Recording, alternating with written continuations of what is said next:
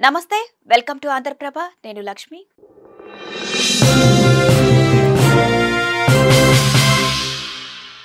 Naxalism నిర్మూలన Maoist రాజకీయ భావజాలాన్ని కూల్చడమే లక్ష్యంగా కేంద్ర హోం మంత్రిత్వ శాఖ 2024లో ఆపరేషన్ కగార్ని ప్రారంభించింది.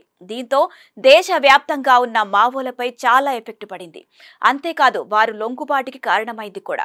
మరి చావైనా బతుకైనా విప్లవం కోసమే అని ప్రతిజ్ఞ చేసిన మావోలు, ఎవరికీ తలవంచని మావోలు ఉన్నట్టుండి తుపాకులు వదిలి జనావాసంలోకి రావడానికి కారణం ఎన్కౌంటర్ భయమా, వయసు మీద పడటమా, కుటుంబం కోసమా అనే రకరకాల భిన్నాభిప్రాయాలు వ్యక్తమవుతున్నాయి. అప్పుడు కుటుంబాన్ని బదిలి ప్రాణ త్యాగానికైనా రెడీ అన్న అన్నలు అక్కలు దళంలో సభ్యులుగా చేరి ఉన్నట్టుండి ఇప్పుడు లొంగిపోవడానికి వెనుక కారణాలేంటి? అసలు దండకారణ్యంలో ఏం జరుగుతోంది? మావోయిస్టు పార్టీలో కొత్త పార్టీలు పుట్టుకురావడమా, ఆధిపత్య పోరా, జనం ఎక్కడ పోతే మాకేంటి, మా ప్రాణాలే ముఖ్యమని భావించి లొంగిపోతున్నారా అనేది ప్రస్తుతం ప్రజల మదిలో మెదిలే డాలర్ల ప్రశ్న.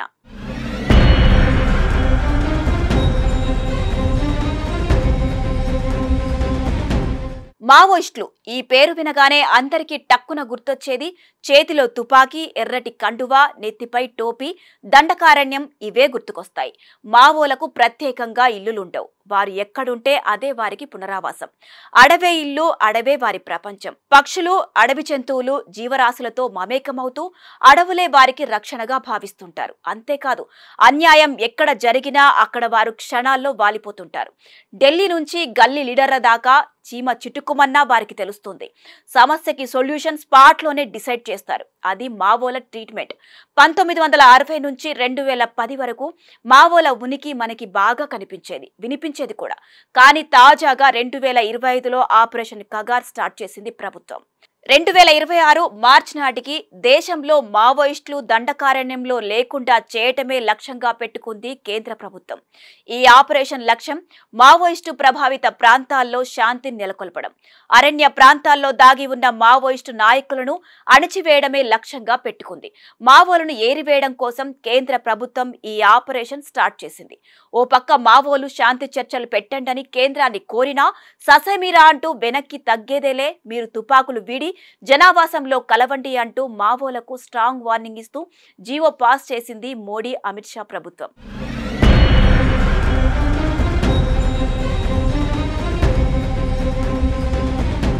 తెలంగాణ, ఛత్తీస్గఢ్ సరిహద్దు ప్రాంతాల్లో కొన్నాళ్లుగా జరుగుతున్న వరుస ఎన్కౌంటర్లు దేశంలోనే హాట్ టాపిక్ గా మారాయి. మునుపెన్నడూ లేని విధంగా దండకారణ్యంలో తుపాకుల మోత షురూ అయి గిరిజన గ్రామాల ప్రజలకు కంటి మీద కునుకు లేకుండా చేస్తున్నాయి. పచ్చని అడవిలో నెత్తురు చిందుతోంది. ఎప్పుడు ఏం జరుగుతుందోనని స్థానికులు బిక్కుబిక్కుమంటూ భయాందోళనకి గురవుతున్నారు.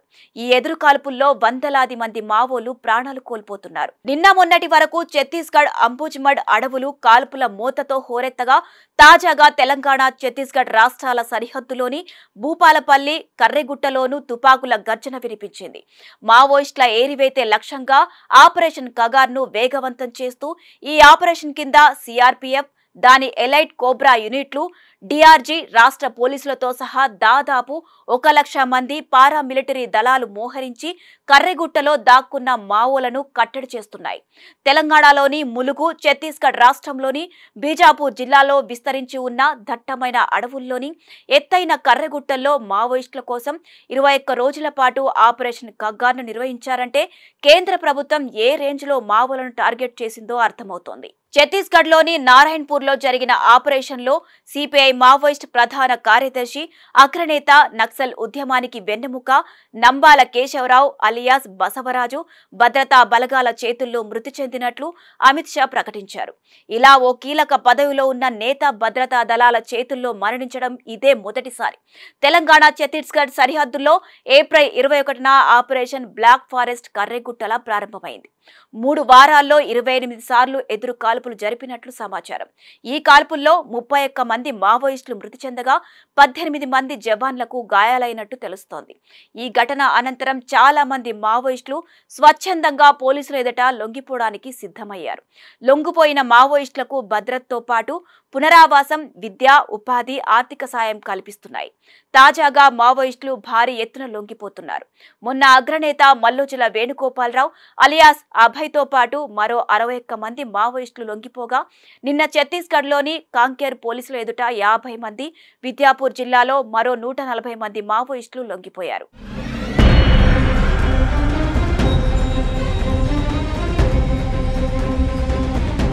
తాజాగా ఛత్తీస్గఢ్లో పోలీసుల ఎదుట భారీగా మావోయిస్టులు లొంగిపోయారు. బీజాపూర్ పోలీసుల ఎదుట 103 మంది మావోలు స్వచ్ఛందంగా లొంగిపోయారు. దీంతో మావోయిస్ట్ పార్టీకి తీరని నష్టంగా భావిస్తున్నారు భక్తులు. మావోల నుండి పోలీసులు భారీగా ఆయుధాలను స్వాధీనం చేసుకుంటున్నారు. 24 గంటల్లో లొంగిపోయిన వారి అకౌంట్లలో రివార్డు డబ్బులు జమ చేస్తున్నట్లు వెల్లడించారు. ఈ సందర్భంగా మిగతా మావోయిస్టులంతా అజ్ఞాతం వీడి జనజీవన స్రవంతిలోకి రావాలని పిలుపునిచ్చారు. ఆపరేషన్ కగార్ను నిలిపివేసి మావోయిస్టులతో శాంతి చర్చలు జరపాలని అరుణోదయ సాంస్కృతిక సామైక్య తెలుగు రాష్ట్రాల గౌరవ అధ్యక్షులు విమలక్క డిమాండ్ చేశారు. మరికొందరు మావోలతో శాంతి చర్చలు జరపకుండా ఆపరేషన్ కగార్ పేరిట మావోలను టార్గెట్ చేసి అణచివేయడం దుర్మార్గ చర్యగా బీజేపీ పార్టీని తప్పుపడుతున్నారు. మరి మావో అగ్రనేతల లొంగుబాటుతో నక్సలిజం పూర్తిగా తుడిచిపెట్టుకుంది అనుకున్న తరుణంలో భవిష్యత్తులో మరిన్ని పార్టీలు పుట్టుకురానున్నాయా? పాత రక్తం పోయి కొత్త రక్తం దళంలోకి రానుందా? ప్రశ్నించే గొంతుక కళ్ళెం వేస్తే 1000 గొంతుకలై తిరిగి రానున్నాయా? మావోలతో సత్సంబంధాలున్న సమీప గ్రామాల యువతీయువకులపై మావోల ప్రభావం ఎంతమేరకు ఉంది?